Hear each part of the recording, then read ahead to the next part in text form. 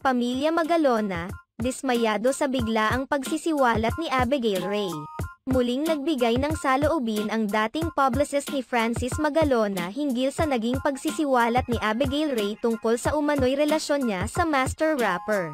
Sa isang panayam, ipinahayag ni Pilar Mateo na kinukwestiyon ng mga tao ang intensyon ni Abigail sa kanyang pagbubunyag tungkol sa naging koneksyon niya kay Francis at sa pagpapakilala nito sa anak na si Gail.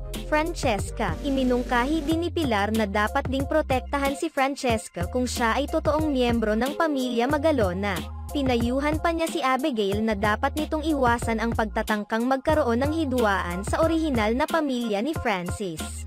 Huwag ka na munang makipagbanggaan sa pamilya. So okay na ilabas na kayo yung pamilya, na may relasyon kayo ni Francis, nagkaroon kayo ng relasyon, nagkaroon kayo ng anak, edi ayan inilabas mo na. Ano pa ba after that?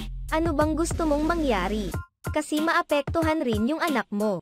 Naniniwala rin siya na hindi magiging epektibo kung balak ni Abigail na gamitin ang publicity na natanggap nila ngayon mula sa mga netizens bilang tiket sa showbiz para sa anak niyang si Gail. Francesca, ang kailangan sigurong paigtingin nilang mag-ina ay ayusin nila ang buhay nila.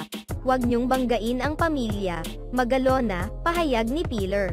Kasi yung pamilya ni Francis, nagsasalita na at makikita mo na masama ang loob nila. Which is karapatan nila yun na sumama ang loob nila dahil nagugulat sila. Hayaan na muna sila. Hayaan na muna yung mga bata, dagdag pa niya.